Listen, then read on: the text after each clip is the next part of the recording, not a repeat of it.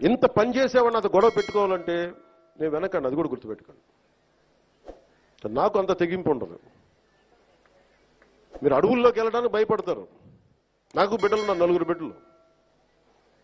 పోవడానికి నాకు చాలా కోట్ల సంపాదన ఉంది, కెరీర్ ఉంది నాకు. ఇవన్నీ వదిలి నేను అడవుల్లోకి వెళ్ళి మందు పాత్రలు ఉంటాయా లేదా అని భయంతో ఎందుకు వెళ్ళాలి నేను? నాకు ఇష్టం అంత ప్రజలంటే, ప్రేమ నాకు. ఎంతసేపు కూర్చొని శ్రీశ్రీ కవితలు చదివి, బాలగంగాధర్ కవితలు చదివి అవి ఉటంకించడానికి నేను ఒక స్టేజ్ మీద నేను కవిని కాదు, నేను పనిచేసేవాడిని. విప్లవకారుడు రాజకీయ నాయకుడు అయితే ఎలా ఉంటుంది, ఇలాగే ఉంటుంది. విప్లవకారుడు తుపాకీ పట్టుకోకుండా ఓటు నమ్మితే ఎలా ఉంటుంది, ఇలాగే ఉంటుంది. నా డబ్బు మీద మమకారం లేదు, పేరు మీద ఇష్టం లేదు, బాధ్యతే ఉంది నాకు. అందుకని నాతో ప్రేమైనా సరే గొడవైనా సరే రెండిటికి నేను సిద్ధం.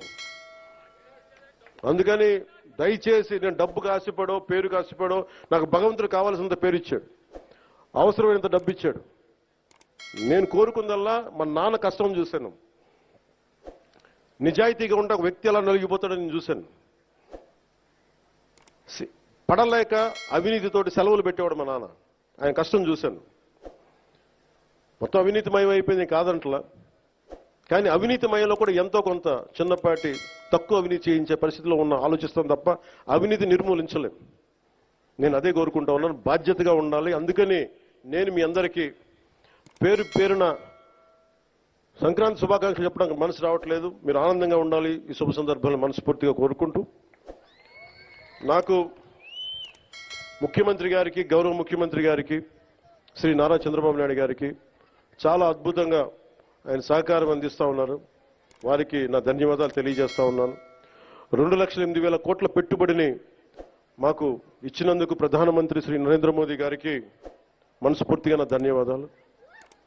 భారతీయ జనతా పార్టీ కార్యకర్తలకి, నాయకులకి, మహిళలకి, తెలుగుదేశం పార్టీ నాయకులకి, మహిళలకి, కార్యకర్తలకి, జన సైనికులకి, వీర మహిళలకి, ప్రతి ఒక్కరికి పేరు పేరున నా హృదయపూర్వక ధన్యవాదాలు.